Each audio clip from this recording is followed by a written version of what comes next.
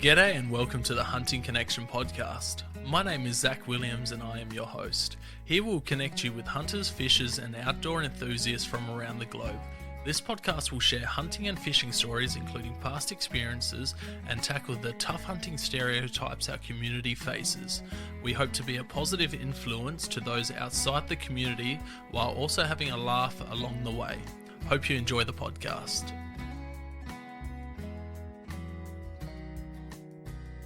We're recording. So, I'm here with Ilias and Cody. We're currently driving back from Cody's to the airport. How you guys going? Good, if you can hear me back here. Yeah, might just be able to hear Ilias. I'm not sure how this is going to go with road noise.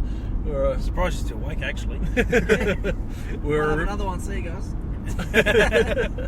We were originally supposed to do one last night, but after we got back to camp and then did some spotlighting, we were all a bit too knackered. You know, we had Brett Meldrum in camp with us last night, and yesterday during the day we had Cody's mate Nick with us as well. So, quick rundown on what's happened.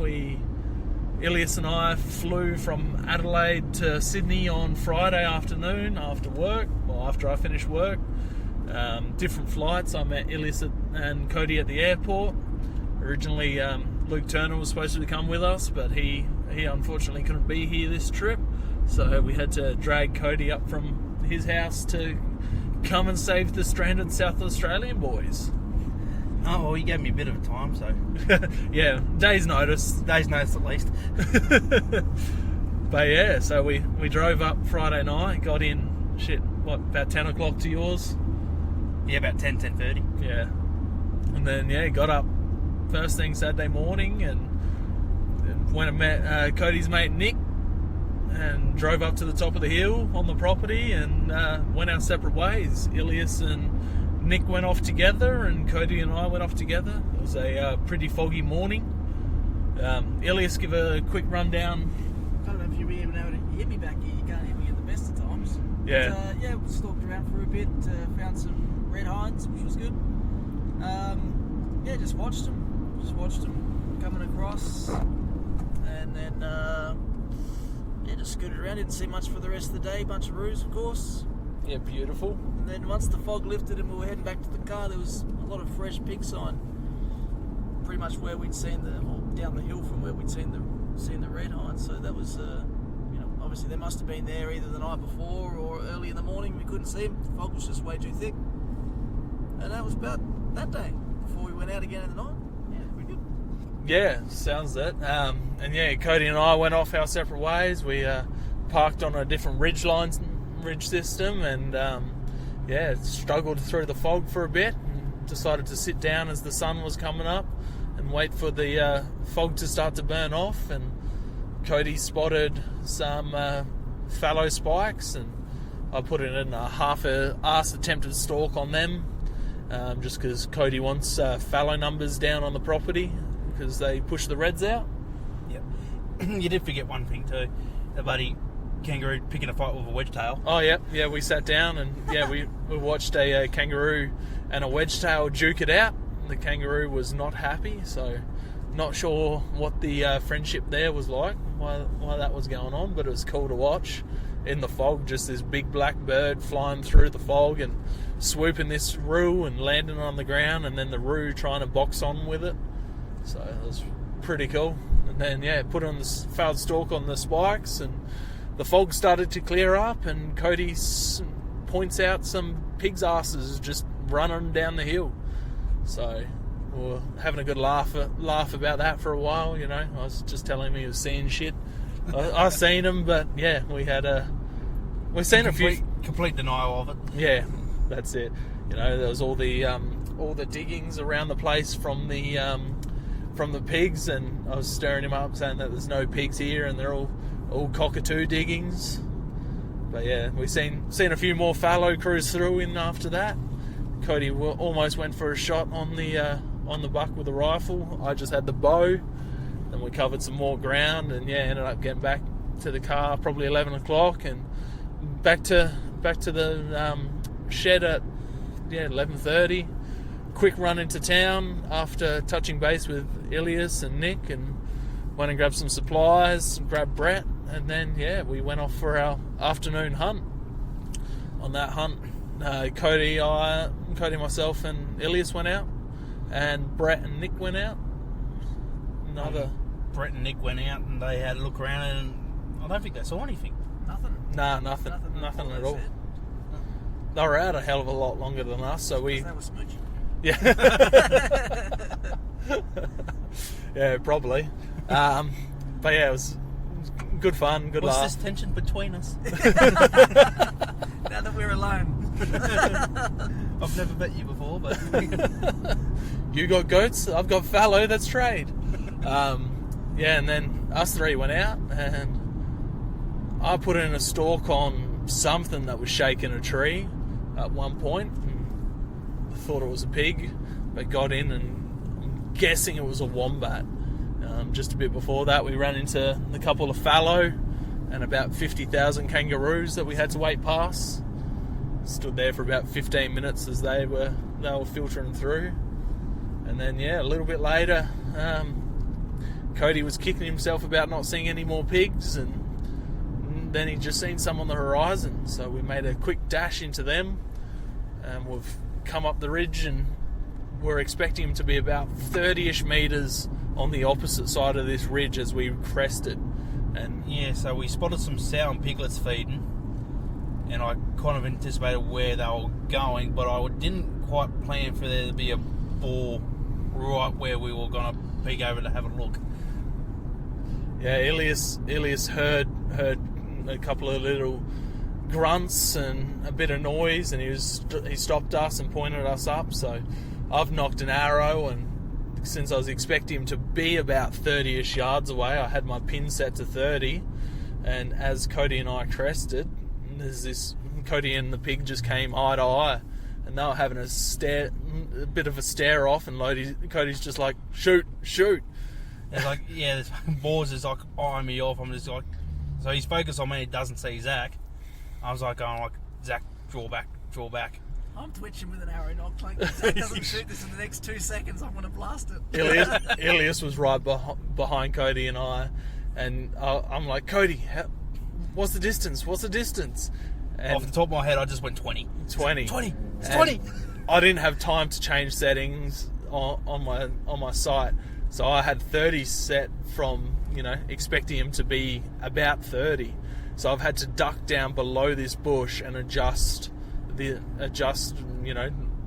the pins, and I didn't go down low enough with it, and sent the arrow, and it clipped him just a little bit too high in the middle of no man's land, we reckon, and he took off like a bat out of hell.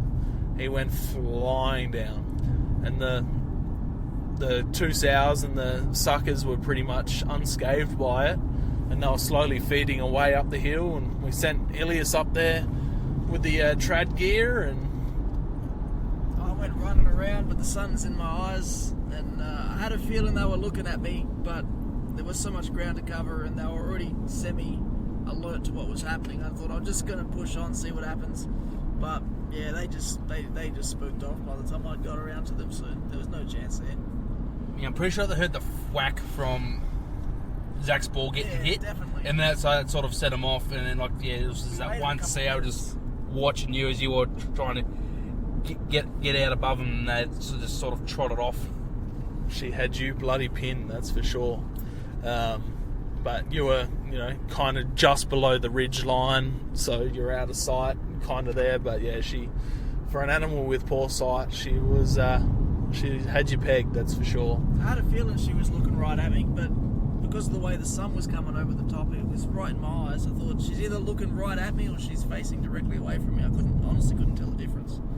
Don't think the high vis gave you away? Next time I might wear bright pink or something. We might do better. They might think we're other pigs. But so after that little stalk, we went back to our packs, and I had a quick run up the hill just to see if I could see any blood or any sign of him, but he was long gone, unfortunately. My curse with pigs just continued, and then we got back, and Cody's fiance had cooked us a beautiful rooster stew and what was the other one? Butter chicken. Satay chicken. Satay chicken. Bloody hell, it was nice. So yeah, had a bit of a mixture with rooster stew and satay chicken and rice, and it was beautiful. And then yeah, we went out for a bit of a look after that. We couldn't see any pigs at night, so we were trying to hope to get some pigs at night, but no luck there. Got in. What time did we get back in? About 11:30, you reckon?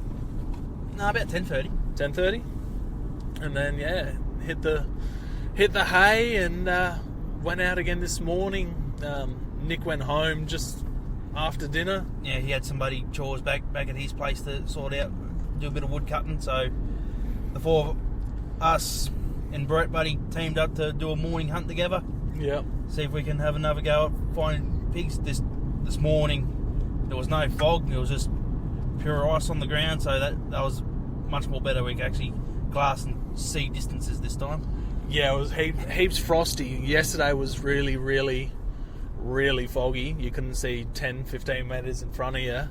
And then, yeah, this morning was just ice. All the puddles were frozen over. All the little leaks on the side of the hill were just frozen. And it was, yeah, really, really pretty. Like, real pretty. But the drive in, we started a little bit late. Someone slept in a little bit after having a rough night with the kids. So yeah, we got in a little late, but it was almost perfect timing. We've seen a nice little handy boar cruising up the road, running next to the car for a bit. Yeah, and then he ran him down with the RAV. And yeah, they got my heart pumping and keen. And I'm like, Cody, do you have access here? And on the side of the road, like the properties, and he's like, nah, not here. I'm like, God damn it! Of course that's the way. So continued driving and opened up the gate for the property he's got access to, and yeah, drove in, and straight away I've spotted a small little mob of pigs, but on the opposite hill face, not on the property we're allowed to hunt on. So we're like, all right, we'll push through to where we were yesterday morning, and as soon as we started walking, about 5 fallow come cruising out of the timber and ran up the hill. And Cody's like, oh, I'm gonna get one, and he's like, oh no, better not. Don't want to scare the pigs away for you. Don't want to blow your chances. So yeah, kept cruising. You know, we were all talking, moving slowly. I was up front just because I was really keen to try and redeem myself. Seen a hare, we seen the fox after, but yeah, The wombat. There's a few wombats. Yeah, so we seen some pigs in the same spot. Cody seen them running yesterday, and the wind just got to them before we did, and they were off.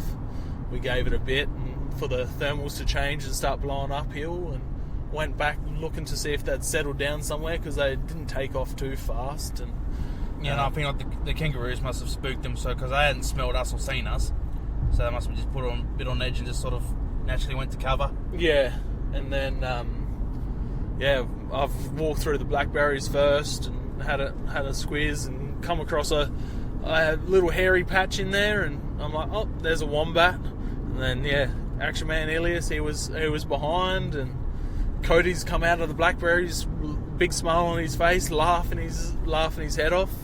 You want to explain what happened? Oh, I just seen the little tuft of hair, and it looked to be the similar colour to the piglets we'd seen.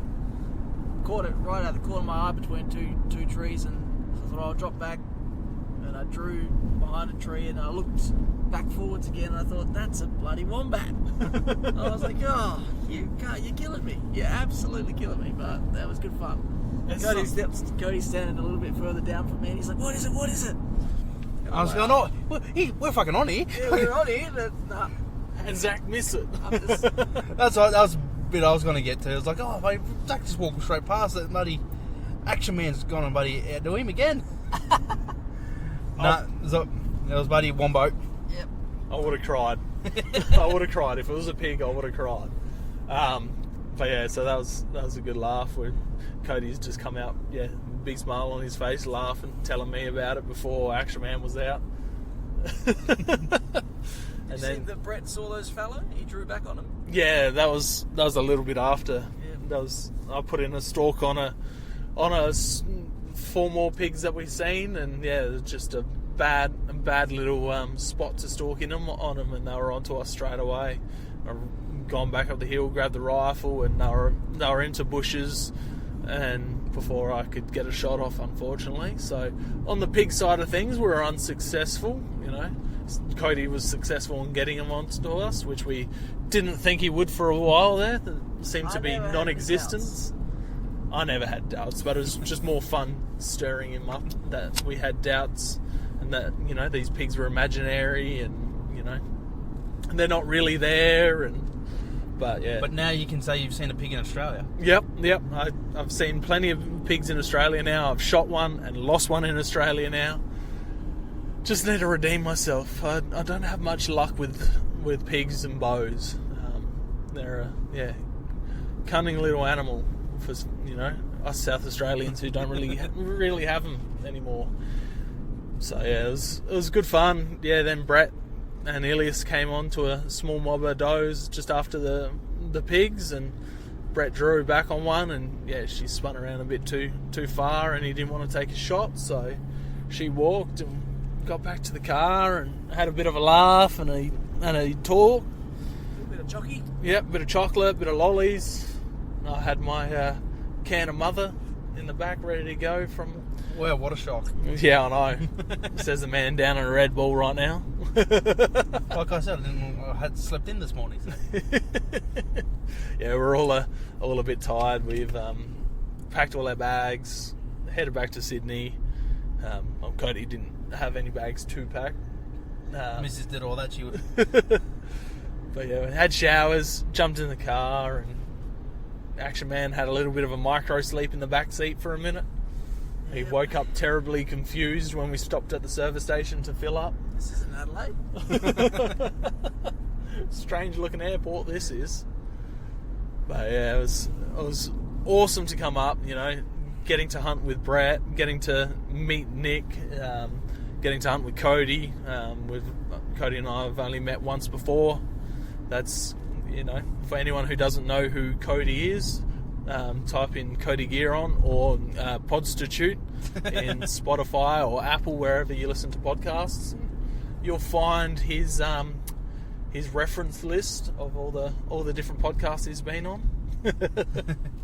Just a small selection. Small selection, yeah. That's it. And then some keynotes on the hunt. It's crazy to see how much damage they can do, and just all the property that was torn up. The mission of this trip was to help Cody get some pig numbers down. For the last month and a half, he's been sending us lots of videos and photos of all these groups of pigs, and he's like, "Oh, leave them alone so they're not scared for you. So there's plenty around for you to sling some arrows and sling some lead at." But they're just scared of the South Australians. Well, I suppose you South Australians, well, the last lot of South Australians ignored the pigs, so... Yeah, it's funny. You've got guys that were going for the deer that just left the pigs alone, and then the guys that were going for the pigs seen plenty of deer. Yeah, it's like... And almost no pigs. But yeah, we've seen foxes, we've seen hares. I didn't get to... Rabbits. Didn't get to lay my eyes on any reds. But Ilias came across about 20, you reckon? It was probably like 8 at most. Okay. Yeah, beautiful. I assume they were both the same group, so... Alright. Yeah, beautiful. You did some alright shooting last night on the bunnies. Yep. Did some bunny busting on the spotlights. Do alright for a trad guy with the rifle. Yeah, they had a bit of a headache with the old 17 HMR. Yeah, good fun. Good calibre. Yeah. No, I'll stick to my 22 Hornet. I'd never buy a 17 after owning a 22 Hornet. That's bad. He should have owned. It's like 270 shooters, eh? But yeah, I'll be back up next year, hopefully for the Raw. Cody and I were laughing about it. I reckon I'll be there for the Raw, but I'll be chasing every single pig I see, I reckon. And Cody's like, "Oh, I've got no complaints with that. Shoot as many as you want, even if you don't shoot a deer." Yeah, the big 14-point red stag walking out, and then a bloody 40-kilo pig walks out in front of him. Yep, pig every time, I reckon. Pig every time. Until I get a few of them under my belt. It could be a big freaking, insane saying something like Caleb from Senate Mate shot out on yours, and I'd go for the pig, I reckon. It's just... Yeah, you won't turn down the pig under the apple tree. Nah. Or, Brett turning down pigs out with you and Jasper last time. Oh, yeah. Insane. Eve drew back on the bloody thing too. It's like, nah, if I hit it, it'll squeal and it'll scare the deer away. Oh, rightio. At least that time of year you can hear the deer, so you can always find them. Where the pigs, they're just, Pigs, you got it like, they're hard to find, but once you got eyes on them and they're relaxed and whatnot, you can usually put a stalk on them. Yeah, that's it. But yeah, I can't get over the damage. Like the paddocks all around Cody's and all the around the farms, even for a fair distance into the drive, it was just pig rippings absolutely everywhere. Yeah, like most of the properties that we drove past on the way back to the highway to get into the mountains, most of them were torn.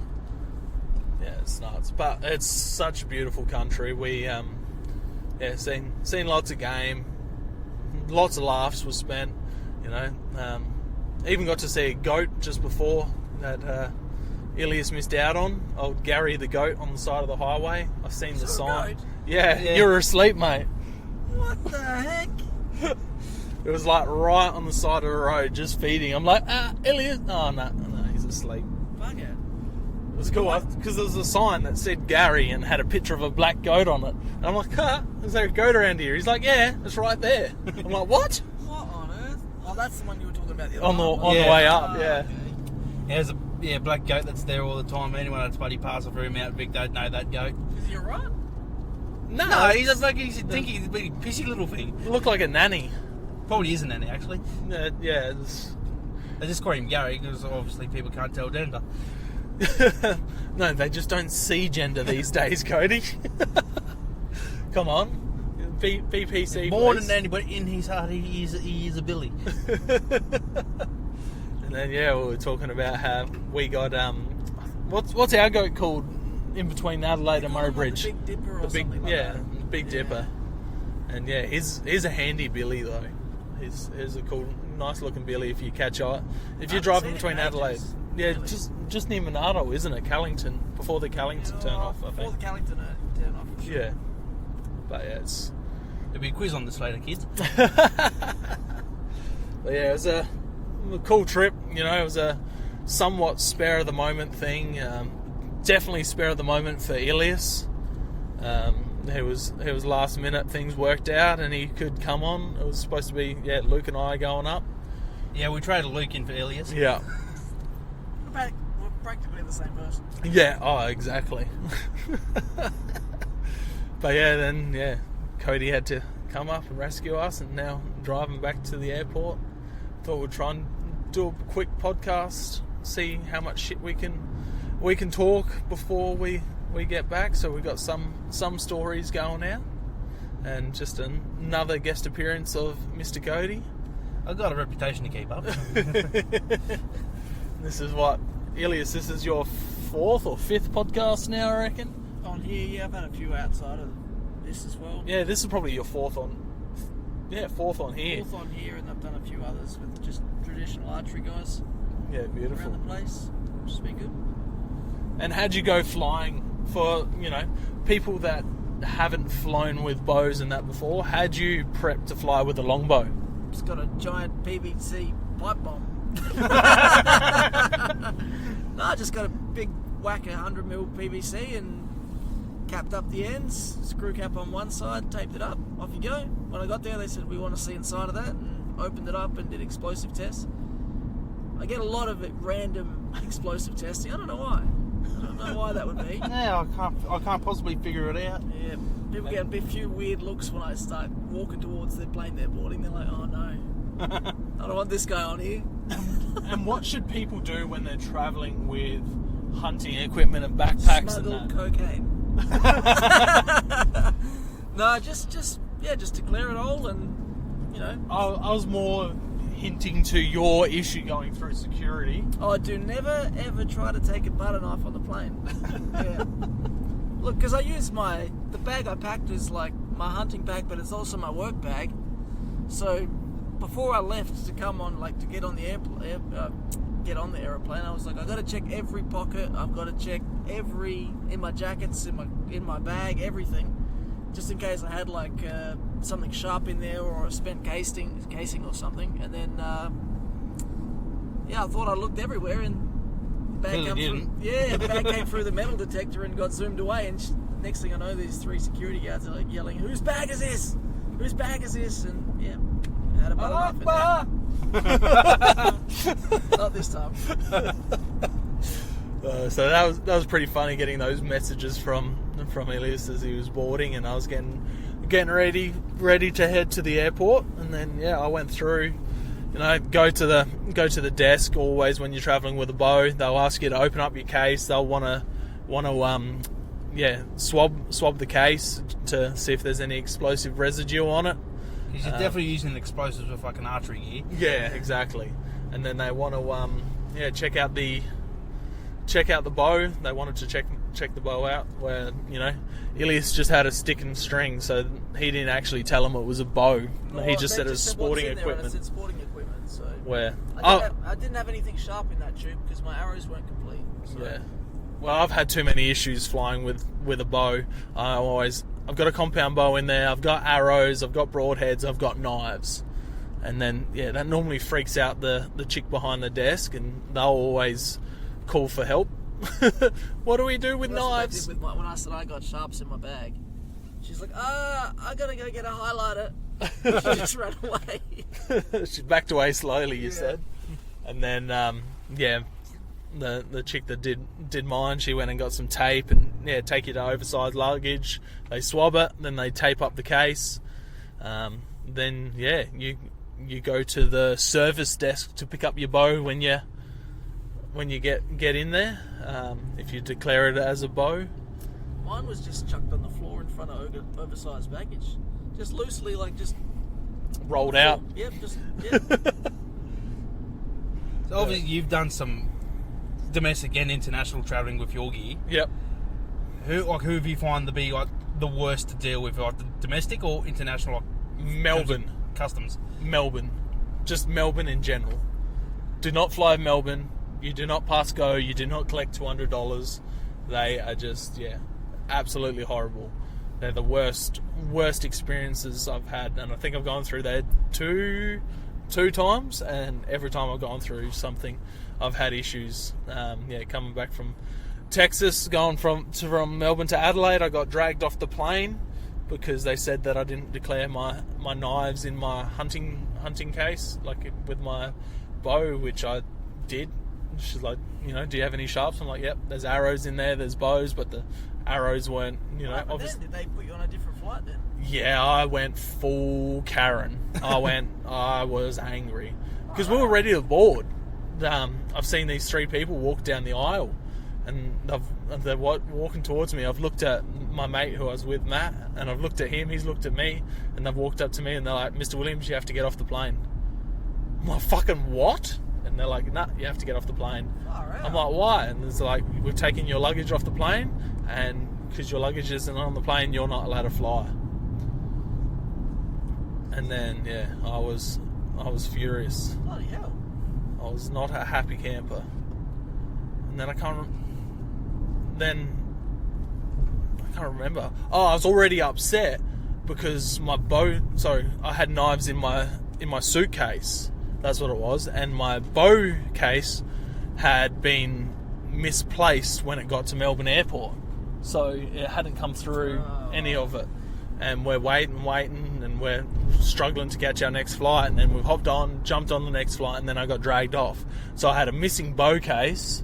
I got dragged off the plane, had to wait another hour and a half for another plane, and I was not a happy camper. They had to deliver the bow like 3 days later from the airport. They had to drive it back up to my house when I lived in the hills, and it was I was not a happy camper. What about you, Cody? Have you found flying with stuff? Did you take rifles when you went to New Zealand, or? When I did my first trip to New Zealand, I took a rifle.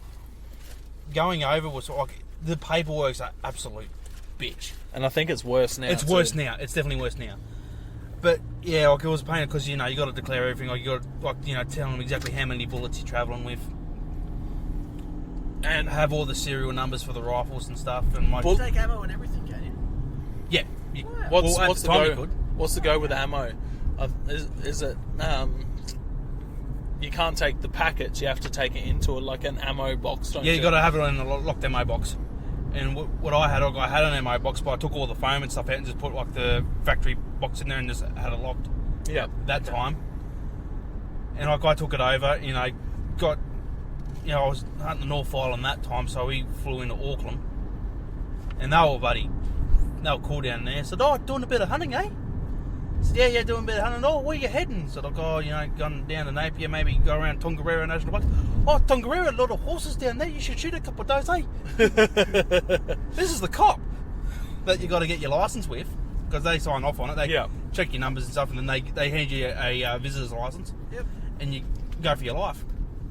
How good You just the catch is you can get the visitor's license and all that, but then you've got to have a firearm owner over there where you can store the gun while you're visiting. Yeah, you just have to have a fixed address that your firearm's going to be stored at while you're in the country. But obviously, most of the time you're out bush and on the road. If you're doing a DIY, I think it gets a little bit more complicated. But I think if you contacted one of the Kiwi gun shops, they usually help you with that side of it. Yeah, or if you got any Kiwi mates on Instagram, definitely Kiwi mates will help you. But yeah, the same thing when I flew into Christchurch the first time. It was really, really welcoming committee. Like they're just like, "Well, where are you going hunting?" And yeah, the whole thing, and they're like, "Oh, that's awesome, eh, bro?" And Are you stereotyping? Oh, I wouldn't do that, eh? And then yeah, same when I went and chased tar last year, no issues going through customs. It was a piece of piss. When I flew to Texas, same thing. The border security guy in Texas was an absolute champion. He just wanted to know so much about it. I'm not sure if that's just a part of his job to trying to work out where we're going, but he was pretty awesome about it all. Yeah, so on my return, like when I was flying back from Auckland to Sydney, I was dealing with Jetstar for that flight, and I had all the paperwork for the return, and they were like, "You can't bring a gun on here." I'm like, "Yes, I can. I've got the paperwork that says I can." He goes, "But you're not allowed to. You can't travel with a gun." I'm going, "Well, I've got the paperwork here that says I can, so what are you going to do about it?" So they reluctantly let me put the gun in, but then they were going to have an argument about the ammo, because I didn't declare I was taking the ammo back. Yeah. I filled the paperwork out to bring it over. I thought it sort of went hand in hand. But then they was like, "No, you got to tell us how many cartridges you're bringing back." I said, "Well, you sort of need to pull in that paperwork beforehand." Yeah, you don't know what. And then you don't know how many fucking shots you're going to let off while you're there. Yeah, that's it. That's but nuts. But yeah, all that got done. And then once you got back to Sydney, that was fine. But I've had more issues with my bow in Sydney customs than anything else, because I've had a fight because I was coming back from the US from a whitetail hunt, and they pulled me up because I had a bow case, and I was like, "What do you got there?" I was, "Oh, it's a bow." They said, "Bow? It looks like a gun case." I said, "No, it's archery gear."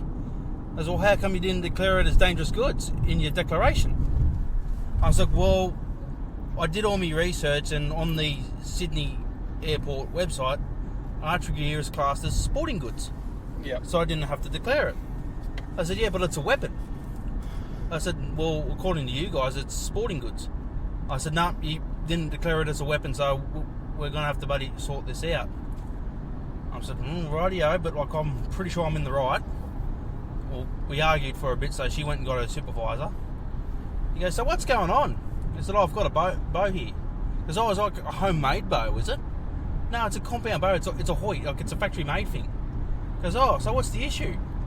I said, "I don't know. Well, I call it sporting goods. She calls it a weapon." I said, "Oh, well, what have you got in there?" I said, "Well, I've got the bow, and I've got the arrow shafts, but I don't have any broadheads on it, because I took the broadheads out just to avoid this discussion, which we're having now. He goes, oh, rightio. Well, there's no issue. I don't have a problem with it if you do. He looked back to the girl and she was fucking fuming that I was right. And then I closed everything up, sent me on my way, and just before I left, she goes, next time you come through, just tick the box and declare it. I was like, oh, fine. So the next time I had the bows come back from New Zealand and we had tar skulls, we shot the tail with the rifle, but we went looking for chamois with the bows after our tar hunt. And I was bloody scared and worried about the skulls because I don't know if they were cleaned enough because customs get pretty bloody funny about those sorts of things. Yeah. And so when we had to declare the weapons and the bows, I ticked the box just to, if that bloody crazy bitch happened to be back there, I'd fucking keep her happy.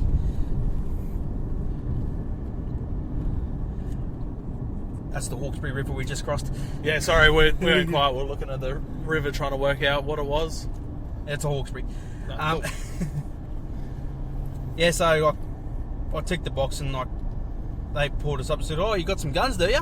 Looking at the bow cases. I said, no, it's archery gear. He goes, oh, well, how come you cleared that you got weapons? And I explained this all. The last time one of your colleagues told me I needed to. I said, no, that's all good, man. Don't worry about that. Have you got anything else? I said, oh, yeah, we've got hiking boots and all that because customers get real funny about dirty clothes and camping gear. I was like, oh, yeah, I'm wearing the hunting boots now so you guys can check it over. I said, righto, give us the boots. I said, oh, we got the skulls here. I've declared those. I said, righto, well, are they boiled? Yeah. I said, righto, I don't need to look at them. Just give me your boots. And then, yeah, we went through, no worries. Yeah, it reminded me coming back from New Zealand last year going through Sydney, I had almost an identical experience. So as you're coming back to Australia you're going overseas, they ask you to declare camping gear. So tents, hiking boots, all of that type of stuff. So you always declare it, makes it easy. They'll have a look at it. If they pick up anything, they'll quickly wash it or they'll give it a wash. They got washing stuff there, and it's a piece of piss. But yeah, coming back through Sydney, I had the same thing. Declared, I always declare that I got a bow, and yeah, this lady, she pulled me through, and she was furious. And then yeah, she's called her colleague over, and almost identical. He goes, "What's the issue? It's sporting goods." And I'm like, I've just said all this, and yeah, she's kind of just wandered off in a mood.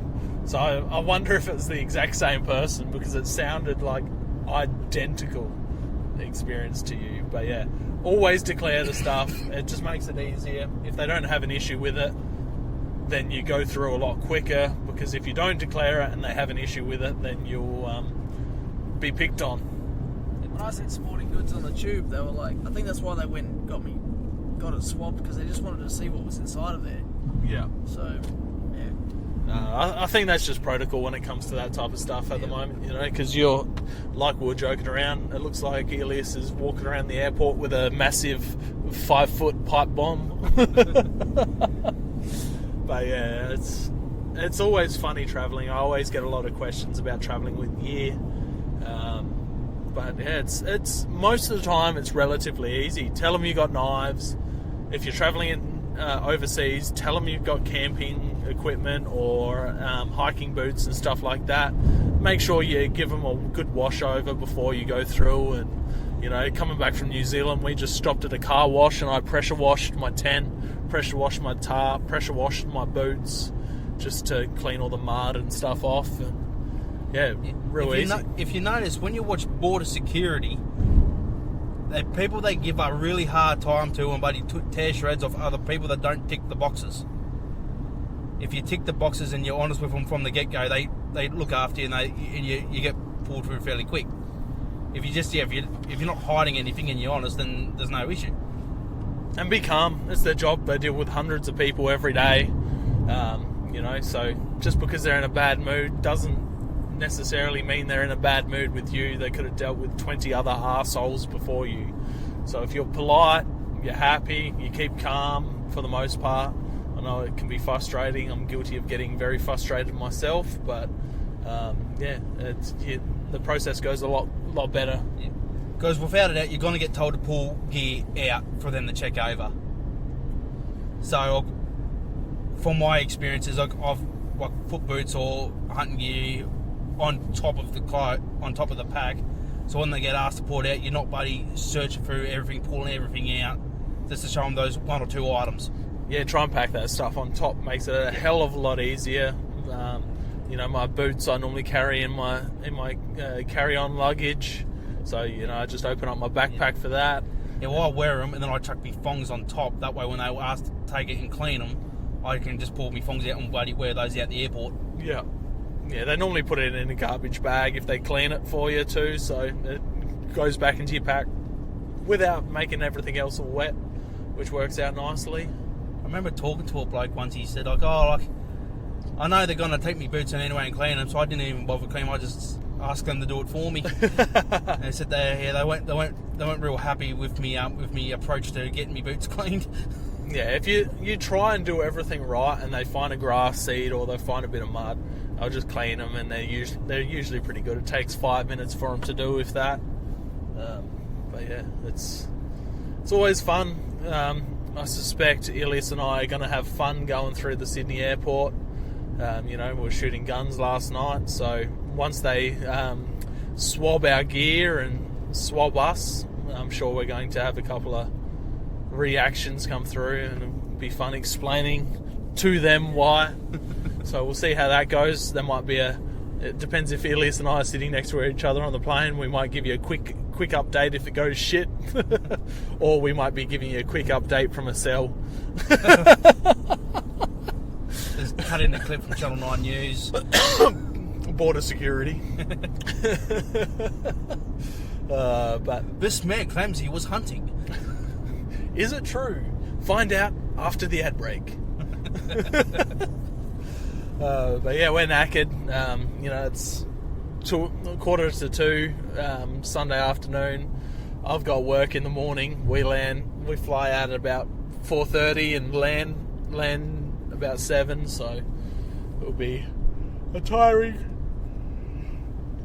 trip back. But downloaded some podcasts to listen to. Might watch some Brooklyn Nine-Nine on the plane, depending if I fall asleep or not. I reckon Ilias is going to have a good snooze on the plane. Oh, I do. But yeah, it's... All in all, even though a very abrupt, short trip, how did you guys find your bloody little New South Wales mountain experience? Oh, Loved it. Loved it. Every minute of it. No matter, even all the shit that I was giving you, all the shit that I was joking about of me fucking up my only opportunity on a pig last night. Because the whole night, everything I could relate to missing that pig, I made a joke about. And we gave it back, and I'm glad Brett was around because Shitty gave you hell. Oh, Brett got stuck into me hard. It's a bugger we couldn't get him on the podcast. But yeah, it was a good laugh. Sending you screenshots of the pig anatomy? Yeah. Oh, it was so good. And yeah, when we seen that pig this morning run across, Brett was in the car behind us. First thing Ilias says is, "Oh, I don't see any fletching hanging out of that one." And then get out the car to open the gate, and he goes, "Oh, I didn't see an arrow sticking out of that one." I'm going, "Oh, for fuck's sake, guys." But yeah, he's like, sorry, I shouldn't joke. I'm like, no, it's all good. I'm making all the jokes as well. But yeah, no, it was awesome hunting with you, Cody. It was awesome getting out with Ilias. This is our first interstate trip, not our first, we've had our little round home trip, so this is our first big trip hunting away together. It'll be, first of many, I reckon. Have you hunted out of state before? No. So this is the first for you? Yeah. Yeah, right. So it's been a good opportunity for him to bushwalk. Yeah.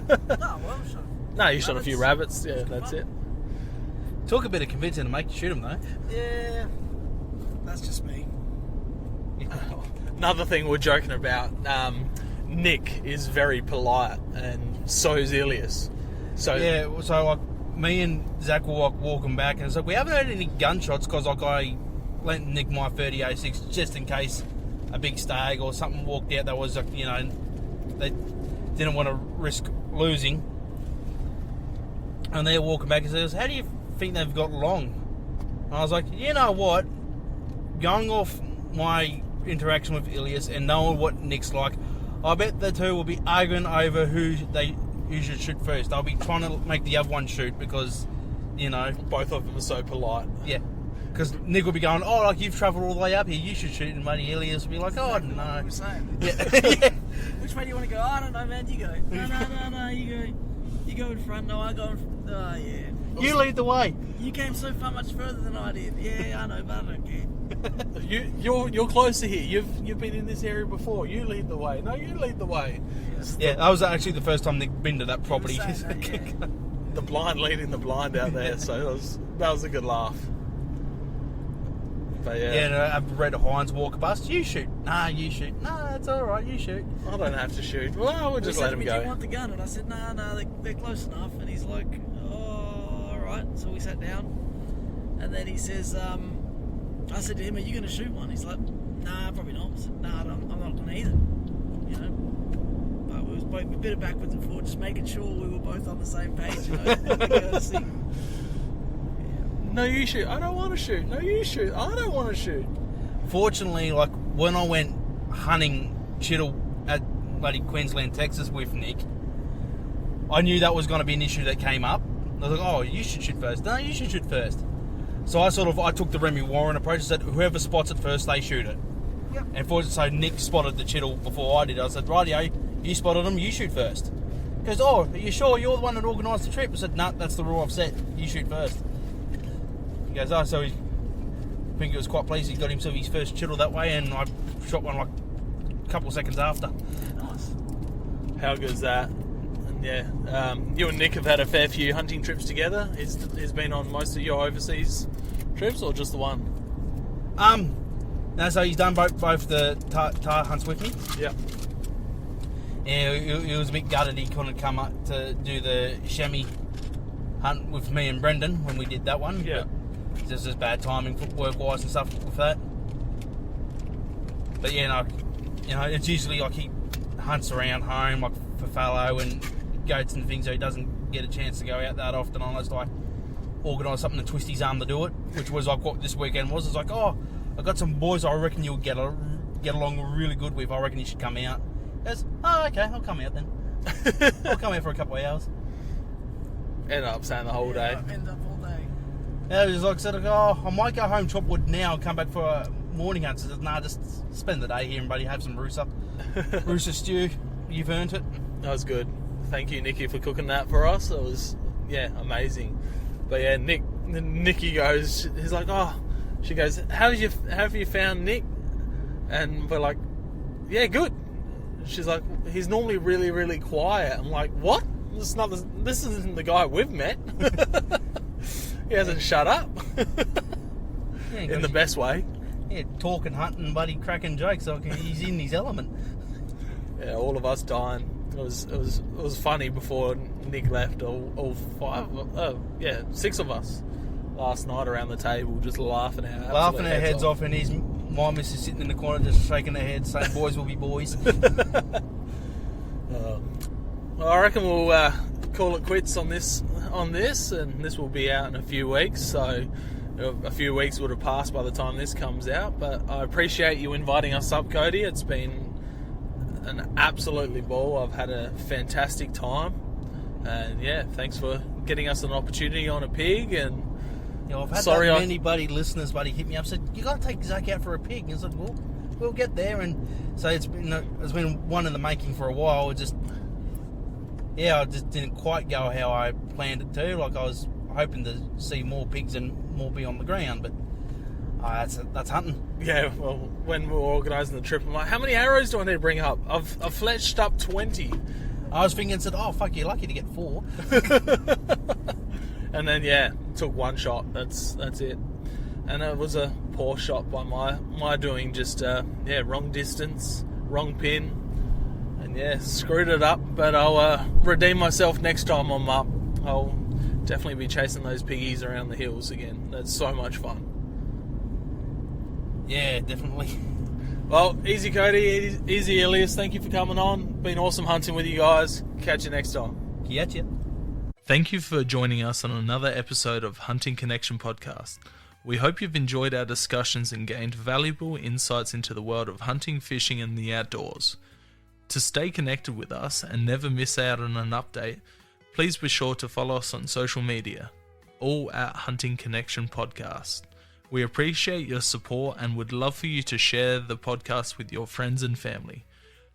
Don't forget to tag us in your hunting photos on social media and let us know about your experiences. Your feedback is invaluable to us, so please take a moment to subscribe, rate, and review the podcast. Together, we continue growing and delivering more captivating episodes for all hunting enthusiasts. Stay connected, stay informed, and keep pursuing your passion for the hunt. Until next time, happy hunting.